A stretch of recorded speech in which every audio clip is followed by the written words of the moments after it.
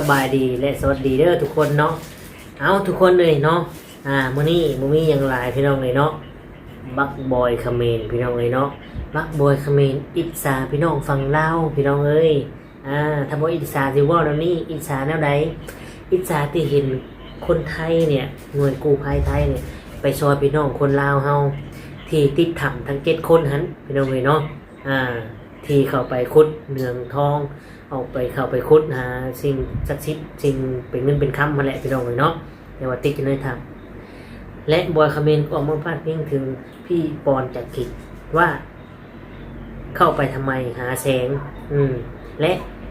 ก็รู้ว่าข้างในมันไม่อันตรายถ้ามันอันตรายใครจะเอาชีวิตไปเสี่ยงเพิ่นว่าหันใดพี่น้องเลยเนาะ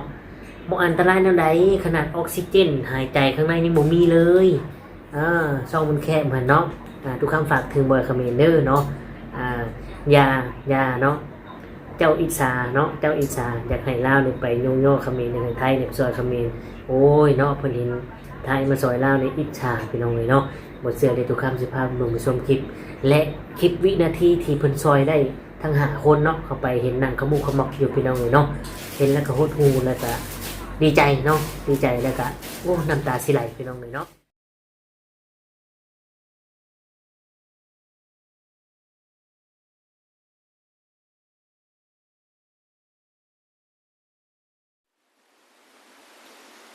กับทักทายสบายดีและสวัสดี FC พ่อแม่พี่น้องหมู่เพื่อนเบิดทุกคนทุกท่าน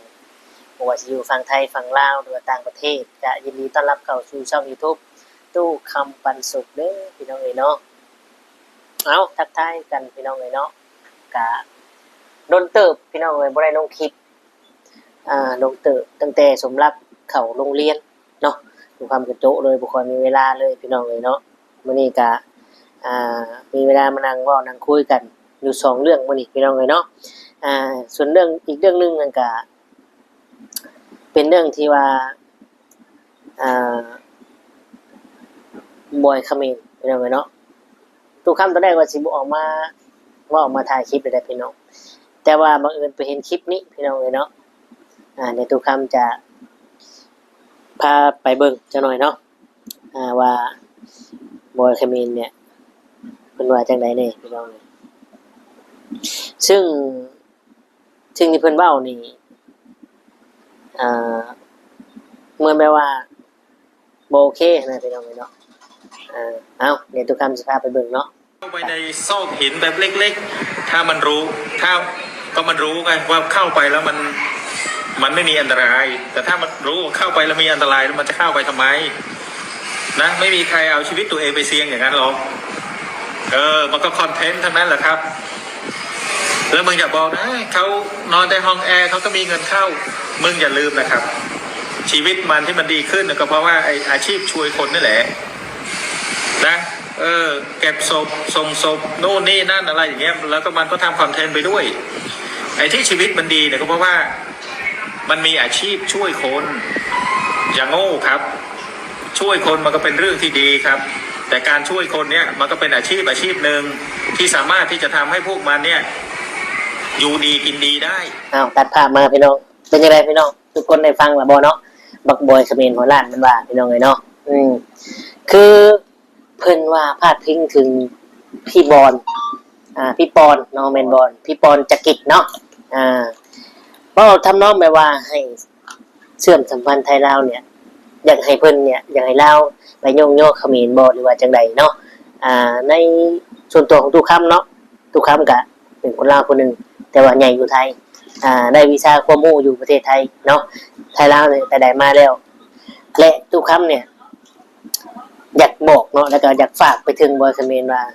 สิ่งที่จะว่ามันถูกแล้วเนาะช่วยเหลือคนมันก็ได้ดีมันช่วยเหลือคนเป็นอาชีพก็นี่แหละที่พี่ปอนได้ดีมีคนหักมีคนแพงสมุนเนี่ยก็เพราะทำความดีไงก็เพราะว่าช่วยเหลือคนเพื่อนมนุษย์น้ำกันเนาะและบอกว่ามันได้ดีเพราะช่วยคนก็เนี่ยเราทำดีมันก็ต้องได้ดีสิเนาะพี่น้องทุกคนคิดเห็นจังไดเนาะและทุกคำก็จะฝากถึงโบน่าเลยเนาะคำเมน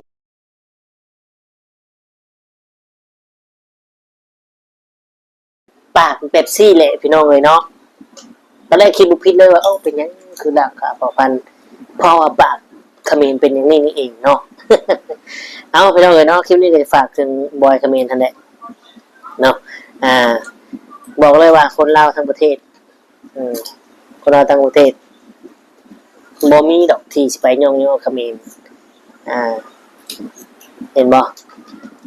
อันเนี้ยเขาขายอิจฉาหรือเปล่าเนาะอิจฉาฝั่งลาวหรือเปล่าเวลาตกทุกข์และยากลำบากอะไรก็มีทางฝั่งไทยไปช่วยเหลือตลอดอิจฉาหรือเปล่าเห็นด่านก็ยังไม่เปิดนี่เนาะด่านก็ยังไม่เปิดนี่ไทยลาวไปมาสบายเลยบอยเขมรอิจฉาหรือเปล่านะพี่น้องเนาะฝากคลิปนี้ถึงบอยเขมรเด้อเนาะแชร์ไปเพิ่นเห็นแน่ทุกคำกับอยากฝากบอกเลยว่าเจ้าสิมาเว้าหยังกะยาเนาะไทยลาวหักแพงกันพี่น้องเลยและปัจจุบันเนี่ยที่ผ่านมาเนี่ยบอยเขมรเนี่ยสิทำคลิปเว้าให้แต่ประเทศไทยพี่น้องเลยเนาะตามที่ทุกคำเบิ่งแล้วนะทุกคำก็เคยออกมาบอกทีนึงเลย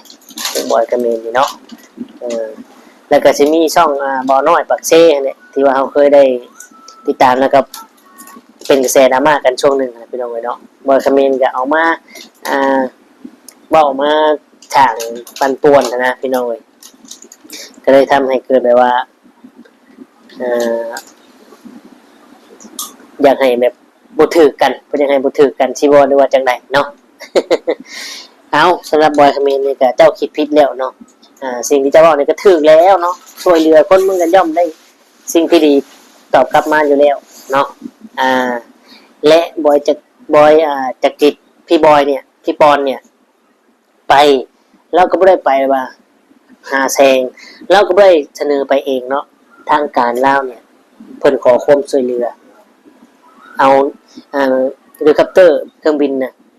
ฮอเนาะเอาฮอไปครับซึ่งมากอะเห็นเพิ่นถ่ายทำลงไผสิเอาชีวิตไปเสี่ยงพี่น้องไผสิเอาชีวิตไปเสี่ยงเพราะว่ามัน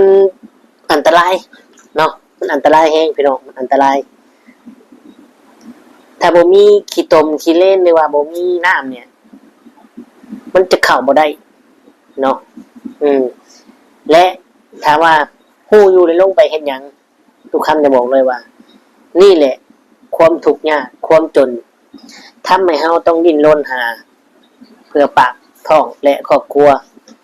เห็นบ่ความจนมันน่ากลัวส่ำใดพี่น้องความจนมันน่ากลัวส่ำใดเพราะฉะนั้นแล้ว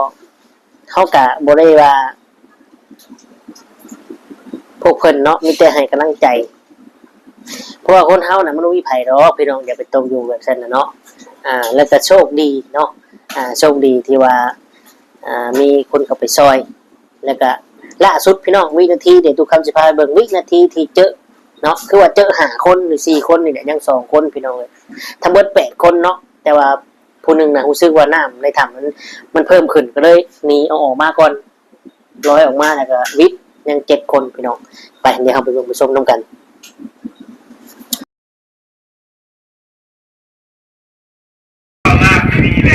โอเคแล้วมีเจ็บป่วยอะไรไหมไม่มีนะโอเคคนต่อไปครับชื่ออะไรครับชื่อเลนอาการเจ็บป่วยอะไรไหมตัวชื่ออะไรครับชื่ออีมีอาการเจ็บป่วยอะไรไหมครับไม่มีครับมีแต่อายุครับโอเคเข้าไปดื่มเจียน้อยโอเคตัวชื่ออะไรครับคำครับอาการมีอาการเจ็บป่วยอะไรไหมครับโอเคชื่ออะไรครับคนนี้คือมิงครับมีอาการเจ็บป่วยไหมครับไม่มีครับโอเคปากโอเคดีมากครับที่คุณนะครับชื่ออะไรครับชื่อมืดนะครับอาการเป็นไงบ้างครับการตอนนี้หิวข้าวมากมีแรงเลยโอเคแล้วมีเจ็บป่วยอะไรไหมไม่มีนะโอเคคนต่อไปครับชื่ออะไรครับซึ่งต้นน้ำตาไหลคนเลยถ้าเป็นทุกคำนี่ให้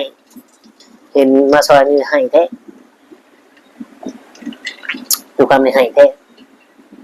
ให้ดีใจ ให้ดีใจและปลาปลื้มใจเนาะโมเมนต์ว่าสิมีแต่พี่น้องคนไทยแล้วก็มีทั้งฝรั่งก็มีพี่น้องฝรั่งเศสคนอเมริกาคนต่างประเทศก็มีมาช่วยอยู่ได้แล้วก็ออกข่าวถึงออกถึงรัสเซียคนใดพี่น้องเลยเนาะออกถึงรัสเซียคนใดคือทุกคำบอกแล้วพี่น้องเลยเนาะคนจนเนี่ยมันน่ากลัวที่ยังเห็นบอกเป็นอย่างคือต้องได้ไปติดอยู่ในถ้ำเพราะความกระตือรือร้นอยากสร้างอยากหาเพื่อปากเพื่อท้องมาเลี้ยงครอบครัวพี่น้องเลยเนาะและคนไทยเนี่ยที่ไปซอยเนี่ยพี่ปอนเนี่ยหรือว่าทุกคนน่ะก็ไม่ว่าจะพี่ปอนของทีมงานเพิ่นเนี่ยกู้ภัยเราไปซอยซึ่งดีใจได้หลายพี่น้องเลยเนาะแต่บอยคอมเมนต์ออกมาโต้ตอบบอกว่ามันรู้ว่าข้างในไม่มีอันตรายมันเลยเข้าไปเขาจะไปเสี่ยงชีวิตเข้าไปแบบนั้นถ้ามันรู้ว่าอันตรายไม่อันตรายได้ยังไงเนี่ย2 คนยังหาบ่เจอเลยถ้าออกมาบ่ได้ก็ตายไม่ทำมันจะบอกว่าไม่อันตรายได้จังไดออกซิเจนอากาศหายใจเนี่ยแทบสิบ่มีเลยเจ้าบอกว่าบ่อันตรายจังไดเนาะเหมือนคนบ่ฮู้หยังเลยเหมือนคนบ่มีการศึกษาหยังเลยบ่เนาะพี่น้องช่องแคบซำใดเจ้ายังบ่ฮู้เลยบ่คอมเมนต์เนาะพี่น้องเอ้ยมีแต่ว่าคลิปนี้ก็ทุกคำก็ดีใจเนาะดีใจทุกคำก็อยากขอบคุณถือว่าเป็นคนเราคนนึงเนาะที่เห็นทางพี่น้องฝั่งไทยมาซอยแล้วก็อยากขอบบุญขอบคุณเนาะทางกู้ภัยเพิ่นเนาะแทนพี่น้องทุกคนทุกคำก็เชื่อว่าทุกคนก็ดีใจคนฝั่งลาวนี่ก็ให้กำลังใจหลายพี่น้องเลยเนาะผู้ที่คิดลบๆก็คือผู้ที่บ่มักเฮาเนาะผู้ที่ต่อต้านระบบยาเขาบ่มักเฮาแต่ว่ามื้อนี้ถึงปัจจุบันนี้ได้พบทั้ง5 คนนี่ก็ถือว่าเป็นความช่วยเหลือที่ตั้งมุกตั้งใจและบ่ท้อถอยเนาะถ้าว่าบ่มีความพยายามบ่มีความอดทนบ่มีความอยากช่วยด้วยใจดีเนี่ยสิบ่ถึงขั้นพี่สิช่วยเหลือมาบ่ได้พี่น้องเลยเนาะเพิ่นช่วยจนสุดแห้งดีเนาะจนสุดจนได้จนเจอพี่น้องเลยเนาะอันนี้ก็ถือว่าเป็นสิ่งที่อีหยังมาเปรียบเทียบหรือมาอีหยังกันบ่ได้เลยพี่น้องเลยเนาะสุดซึ้งแฮงไปนอนอยู่ป่าอยู่เขาเนาะถือว่าสามัคคีและหักแพงกันเห็นบ่พี่น้องเพราะว่าไทยลาวนี่บรรพบุรุษนี้อันเดียวกันได้พี่น้องเลยเนาะพี่ปอนไปเพิ่นก็เว้าฟังออกเรื่องเบิดเพียงแต่มันจะผิดเพี้ยนน้อยเดียวนึงพี่น้องเลยเนาะลิ้นอ่อนกับลิ้นแข็งนะว่าไงซะรอเรือกับรอลิงเนาะสิแบบประมาณนั้นลาวนี่รอลิงไทยเนี่ยรอเรือเนาะเพราะว่า